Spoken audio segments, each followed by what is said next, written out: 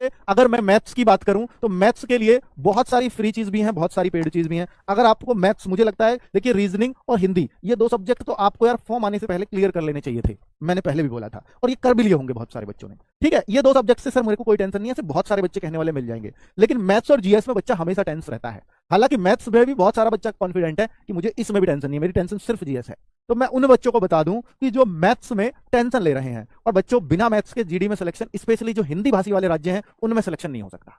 तो मैं मैथ्स के लिए उन लोगों को बता दूं कि देखिए, अगर आप एक डिसाइड कर लीजिए, हम लोगों में 3 लोग हैं इस चैनल पर जो एसएससी जीडी के लिए मैथ्स पढ़ा है, दीपक भाटी सर, राहुल तेवतिया सर और खुद मैं। 3 लोगों ने एसएससी जीडी के लिए मैथ्स पढ़ा है और तीनों ने फ्री में फुल मटेरियल अपना प्रोवाइड करा रखा है यूट्यूब पर भी। जरूरी नहीं है कि आप पेड ही खरीदो। अगर आप दीपक भाटी सर से पढ़ना चाहते हो तो उनका पिछली साल जो बैच था, उन बैच का नाम मेरे को ध्यान नहीं आ रहा है, ठीक है, एक परिणाम बैच दिल्ली पुलिस का, राहुल तेवतिया सर।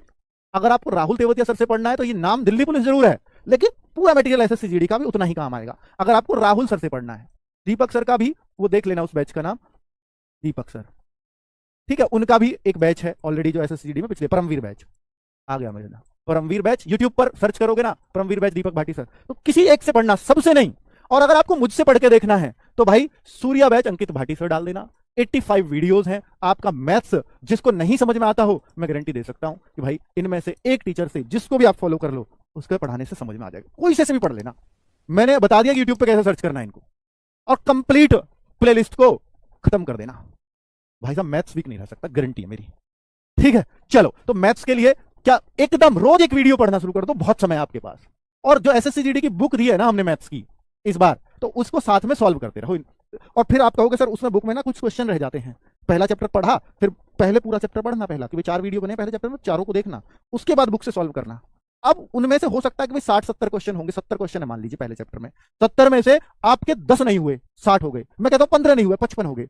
उन 55 को, 15 को काट ही दो, उन 55 को ही 2 बार कर लो।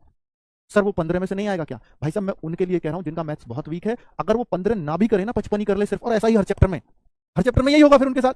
उन 15 को बिल्कुल अपनी जिंदगी से निकाल दो, आप 70 में से 55 वाला कॉन्सेप्ट अपना लो, आपके 20 में से 15 होने से कोई नहीं रोक सकता। और आपका मैथ्स बहुत अच्छा भी है तो ये गारंटी तब भी नहीं है कि 20 में से 20 ही करके आओगे, क्योंकि वहां टाइम का बहुत खेल है बच्चों। ठीक है, मैं आपको एक गाइड कर रहा हूं बच्चों, बाकी सिलेक्शन का एक राह दिखा रहा हूं, बाकी ये बातें रोज नहीं बताऊंगा। अब आपको चूज करना है इनमें से, तो भाई कर लीजिए। ठीक है, वो आप ही का सिलेक्शन होगा। ठीक है, जरूरी नहीं कि भाई आप बैच से ही पढ़ें, ये खुद अपने आप में बैच है, खुद भाई मैथ्स थोड़ी ना अपडेट होता है यार। और ये कोई इतना पुराना मैथ्स थोड़ी हो गया, साल 2 साल के अंदर क्या एसएससी जीडी ने सारी रूपरेखा बदल दी मैथ्स की? नहीं, तब भी वही क्वेश्चन आते थे, अब भी वही क्वेश्चन आ रहे हैं, देख लो पिछली बार का उठा के। ठीक है, तो उसकी चिंता तो मत करो। और रीजनिंग की तो राहुल शर्मा भाई इतनी शानदार पढ़ाते हैं, उनकी प्लेलिस्ट पढ़िए, संदीप सर से पढ़ना है तो उनकी प्लेलिस्ट पढ़े, जिससे पढ़ना है पढ़ लीजिए। हिंदी में आपको कोई टेंशन होनी ही नहीं चाहिए, हिंदी का प्रैक्टिस सेट कर लो और साथ में बुक रख लेना आरडब्ल्यू की, आपको बताइए इतना कर लेना हिंदी में, इससे ज्यादा कोई जरूरत नहीं है कि आपको बैच से ही पढ़ना हो। ठीक है, पर इस बार ग्रामर का अगर 1-2 क्वेश्चन जो आ रहे हैं व्याकरण वाले, उनके लिए आपको थोड़ा सा पढ़ना पड़ेगा हिंदी। अगर आप 20 में से 20 ही चाहते हो, पर आप 18 पे संतुष्ट हो, तो ग्रामर को देखो ही मत, व्याकरण को देखो ही मत, पर देख लेना फिर भी थोड़ा सा। ठीक है, क्योंकि व्याकरण के वो 4-5 टॉपिक हैं और उनमें अगर देखोगे तो 4-5 ही वीडियो बनेंगे सही से, उतना देख लोगे यार 2 नंबर बढ़ जाएंगे, तो उनको छोड़ना मत। ठीक है, मैं अलग से भी लगवा दूंगा, यूट्यूब पे भी लगवा दूंगा उनकी क्लास, चिंता मत करिए। और जीएस के लिए बच्चों क्या करें, तो भाई देखिए सबसे बड़ा रामबाण तो 3 PM का नवीन सर का प्रैक्टिस सेट है, ये वाला, प्लस इसके साथ आप एक स्टैटिक जीके की बुक है अपनी, स्टैटिक जीके की, अगर आपने ये कर लिया तो बहुत बढ़िया है। ठीक है, अगर आपको ये बात आपके पास नहीं है, आपने एसएससी जीडी की बुक खरीदी है हमारी, तो वो तो अपने आप में सफिशिएंट है, तो फिर स्टैटिक भी मत पढ़िए, एसएससी जीडी बुक पढ़ लीजिए। स्टैटिक और प्लस येलो बुक जो मात्र 200 पेज की है, जनरल जीके के लिए ये काफी है, स्टैटिक के लिए ये काफी है। जितना मैक्सिमम जीएस कोई कर सकता है वो इतने से हो जाएगा, अगर आप कर सकते हो। ये छोटी छोटी से बुक है, ज्यादा नहीं है, किया जा सकता है जीएस में इतना।